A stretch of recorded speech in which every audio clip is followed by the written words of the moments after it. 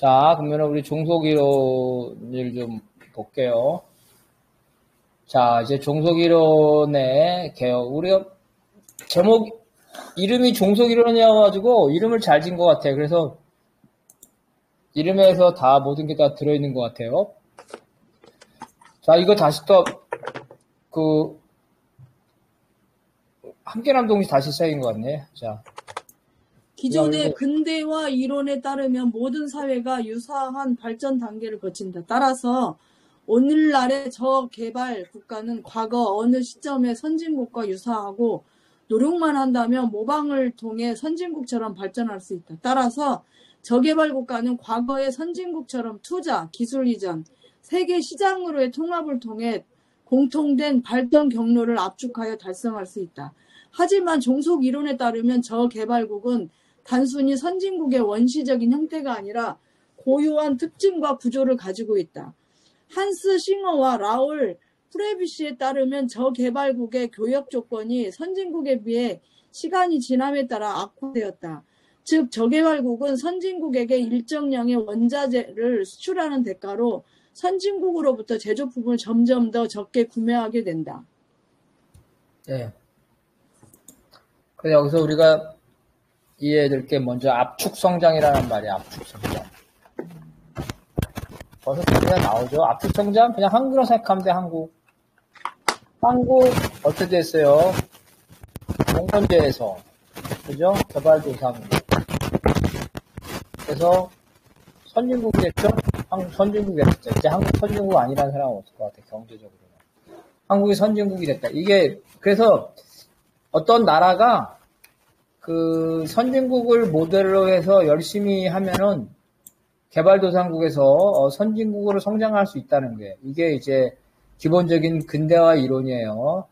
뭐 한국이나 일본 뭐 이렇게 된다는 거죠. 근데 종속 이론은 뭐냐면은 개발도상국에서 멈춘다는 거예요. 선진국에서 성장할 수가 없다. 선진국에서 선진국으로 성장할 수 없다.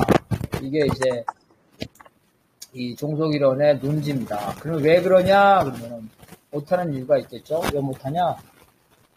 이 제3세계 개발도상국이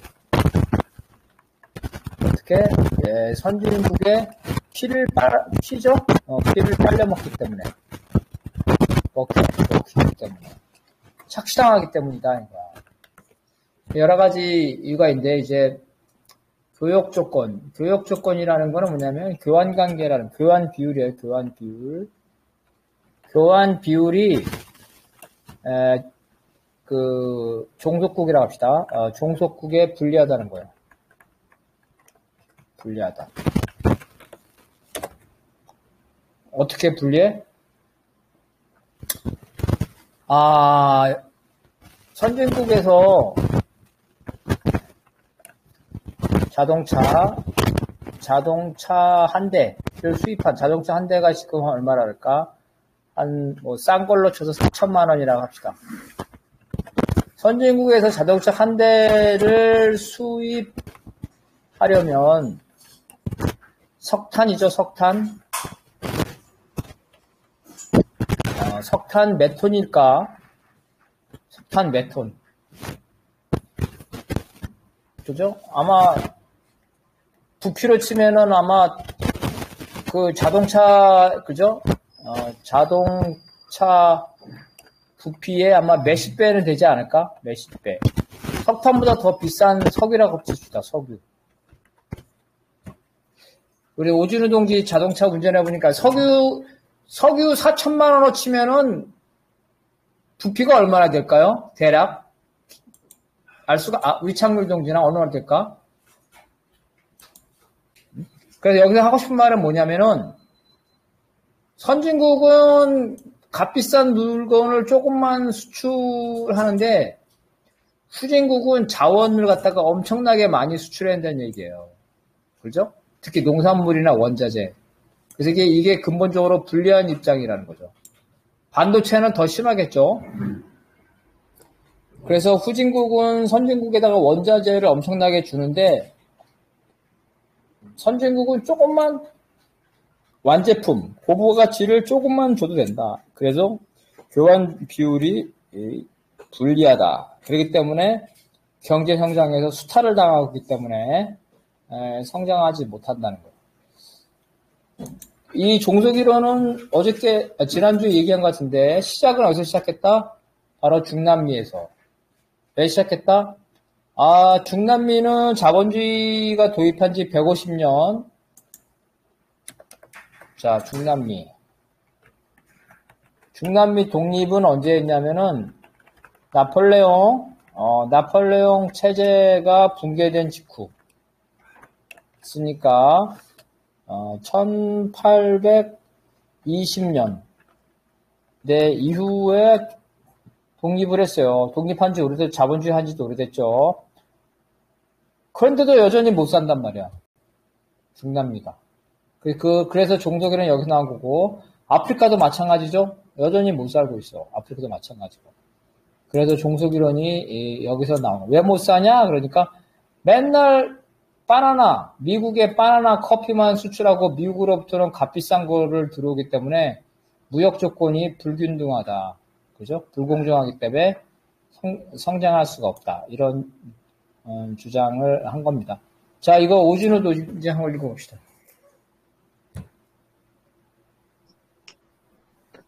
중심 부위 발전 경로와 주변 부위 발전 경로는 이질적이기 때문에 모방되지 않는다.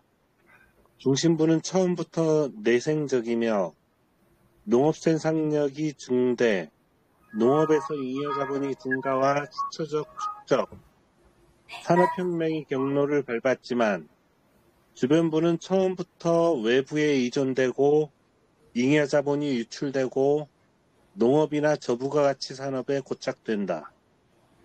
부유한 국가는 경제, 언론 통제, 정치, 은행 및 금융, 교육, 문화, 스포츠 등 다양한 분야에서 종속 상태를 영속화하려고 한다.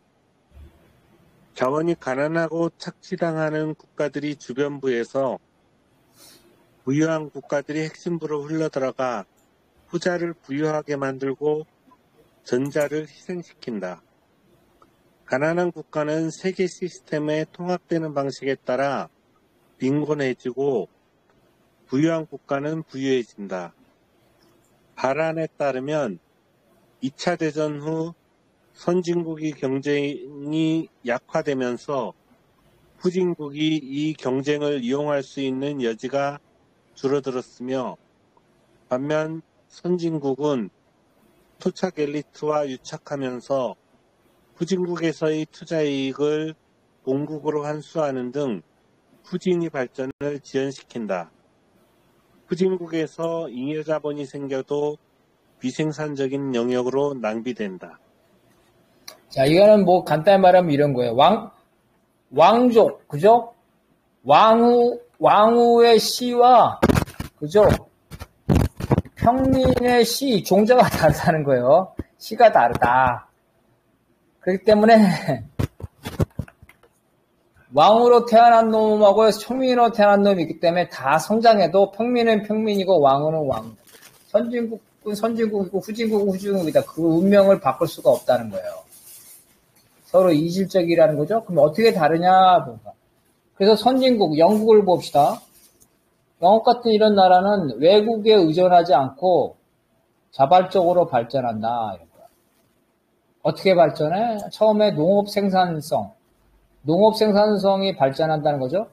농업 생산 발전해서 거기서 자본이 축적이 되죠. 그래서 잉여자본이 되고 이 잉여자본이 산업자본이 되면서 산업혁명을 겪는다는 거예요. 근데 주변부, 종속국가는 처음에 자본주의가 스스로 발전하는 게 아니라 외부의 침략으로 들어왔다는 거예요. 한국이 그러네요. 그죠? 외부의 자본주의 국가가 강제로 자본주의를 이식해서 자기의 부하로 삼는 거죠. 빨대를 뽑는 거예요. 그 열심히 일하더라도 잉여자본이 유출하고 농업 생산성이 올라간다더라도 그 농산물을 빼앗기죠. 그래서 축적이 돼요. 바나나나 사탕수수로 커피를 열심히 만들어도 그걸 만들어서 제값을 받아가지고 팔면은 거기서 돈을 벌어가지고 공장도 차리는데 제값을 못 받고 싸게 해외에 유출된다는 거예요. 그래서 영원히 커피 만드는 나라는 지금도 커피 만들죠. 사탕수수 만든다는 지금도 사탕수수 만든다는 거예요. 이렇게 된다는 거예요. 그래서 더 나아가서 부유한 나라, 중심국가가 미국 같은 나라가 이러한 경제적인 이루기 위해서 중남미의 여러 나라의 친미국가적 종속을 정치적, 경제적, 군사적, 심지어 문화, 정신까지도 종속 상태로 만든다는 거죠. 헐리우드, 미국식 헐리우드. 그죠? 그래서 맨날 우리는 어릴 때부터 미국 영화 봤잖아요. 그래서 금발의 여인 이렇게 되고 그 다음에 키가 크고 그죠? 눈동자가 파란 뭐 이런 식에 대해서 문화적 정신적 기준도 다 미국을 쫓아가는 거예요. 모든 것들이 다 교육이나 이런 것들이 다 영어 공부하잖아요. 영어 공부 이렇게 되면서 정신적인, 경제적인, 육체적인 모든 것들이 종속당하게 된다는 거예요. 이것들은 관계를 역전시킬 수가 없게 된다는 거예요. 바로 이제 토착 엘리트가 유착하면서 그리고 이제 투자 이익을 본국으로 환수하는 이렇게 되는 거죠. 그래서 이게 이게 박정희 때까지 전두환 때까지는 우리한테 먹혔잖아요. 비슷했으니까 노동자들이 착취당하고 군부 독재하고 친미하고 그때까지 이제 종속 이론이 잘 맞아 떨어진 거죠. 그리고 중남미나 이런 데는 아직까지도 이러한 것들이 맞아 떨어지는 거고. 그래서 이제 더 자세하게 한번 보겠습니다. 방금 이번에 이창률 동지 차례인가요? 이창률 동지 한번 읽어봐 주실래요?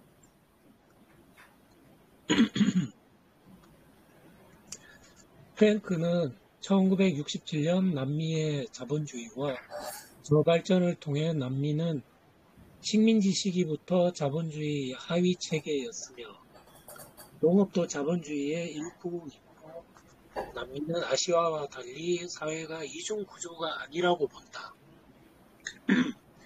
서구의 발전과 남미의 저발전은 동전의 양면으로서 고착됐고 국가 사이에도 도시와 위성이라는 관계가 성립한다고 봤다. 특히 자본 부족 문제뿐만 아니라 매판 자본가들이 저발전의 원인이다.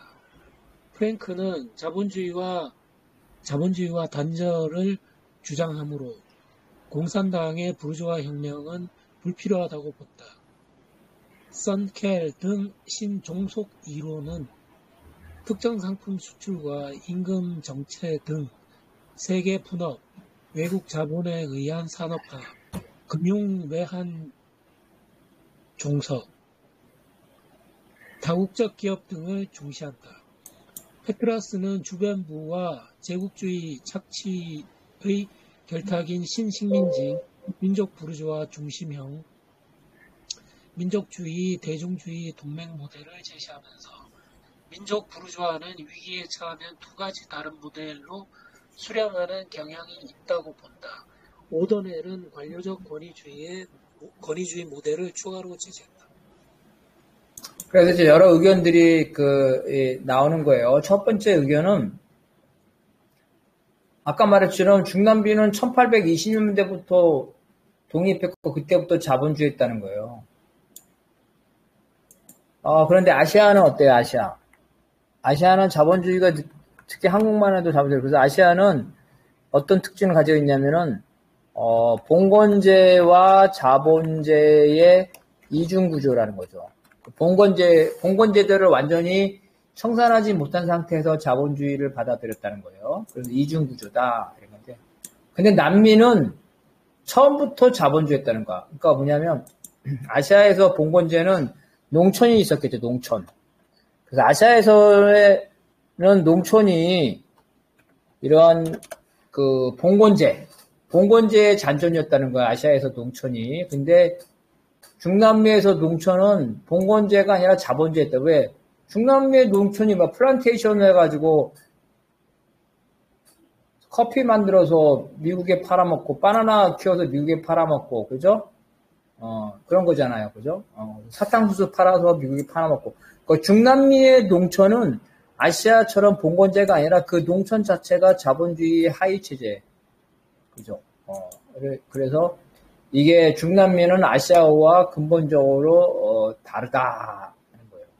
그래서 바로 서구가 발전할 수 있다는 거는 중남미에서 착취했기 때문에 가능했다. 그래서 서구의 발전의 그 뒷면, 그늘진면은 중남미의 저발전이다. 이렇게 이제 주장했다는 거고. 그거 위성도시, 여러분 위성도시라는 말 알죠? 서울이 있고 서울의 위성도시가 뭐야? 수도권에 있는데 그죠? 가장 전형적인 거 뭐 성남 이런 데잖아요. 그죠? 안양 이런 데가 위성도시잖아요. 위성 거기 쫓아다니는 거잖아. 그래서 도시에도 위성도시가 있듯이 국가 사이에도 위성 국가가 있다는 거야. 미국 주변을 뱅뱅뱅 도는 국가. 한국 이런 거죠. 그래서 그거를 위성이라는 말을 안 쓰고 주변국이라고 말 써요. 그래서 종속국가, 종속된 국가를 주변국, 도시로 치면 위성도시죠. 그 다음에 중심국가, 핵 이렇게 쓰는 거예요. 그래서 미국이 중심국가라면 한국은 주변국, 종속국가 이렇게 된다는 거죠.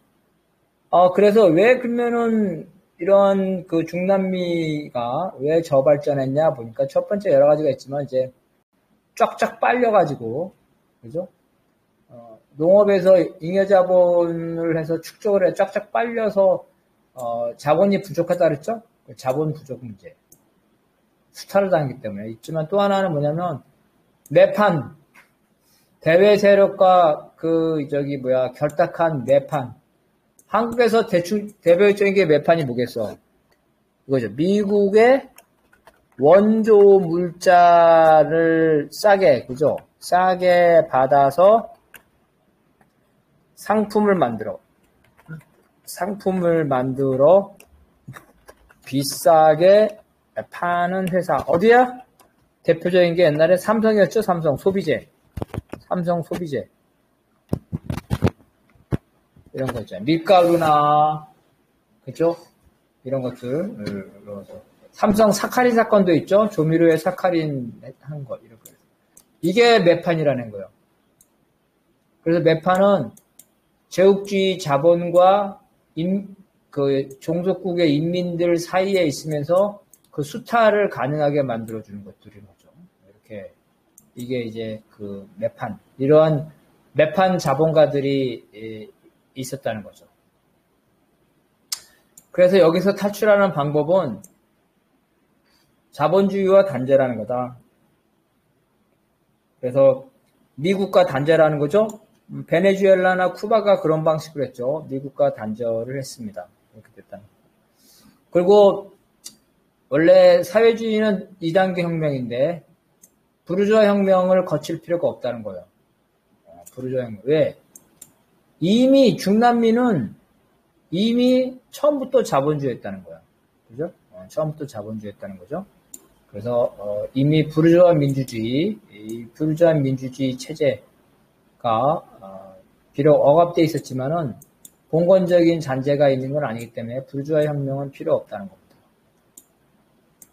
그래서 여러 가지 이제 이론이 나오는데 왜 임금이 안 오느냐? 임금이 안 오는 이유. 똑같은 상품을 만들어. 50년 전에도 바나나 팔고 사탕수수 팔고 커피 팔았는데 지금도 똑같은 걸 판단 말이에요. 그죠? 고부가 가치 상품을 만들어야 돼. 그래서 임금이 안 오른다는 거야. 바로 이게 세계 분업이죠. 세계 분업. 또 하나는 뭐예요? 사탕수수, 커피 농장, 바나나 농장이 다 미국 놈 거야. 미국 애들이 딱 가져와 있는 거죠. 이거는 이제 옛날에 어떤 게 있었냐면은 여러분 생각나는 수출 자유지역이라는 게 있어요. 수출 자유지역. 우리 박헌영 동지는 생각나는지 모르겠다. 수출 자유지역. 제일 유명한 데가 이제 그 마산. 그죠? 그 다음에 반월, 안산 이런 데잖아요. 이 수출 자유지역이 왜 그러냐면 여기서는 해외 자본에 뭐를 줘요? 특혜를 주죠? 어떤 특혜를 줬어요? 세금 감면 있고, 가장 중요한 게 뭐야? 노동운동 탄압. 그리고 어떻게 저임금.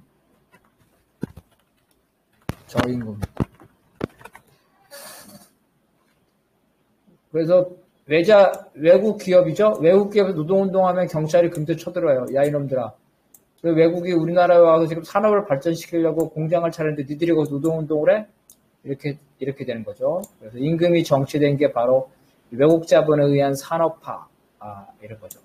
그 다음에 금융 종속, 이런 건 설명 안 해도 되겠죠? 다국적 기업 다 똑같은 거고, 이런 것들을, 얘기를 하는 겁니다.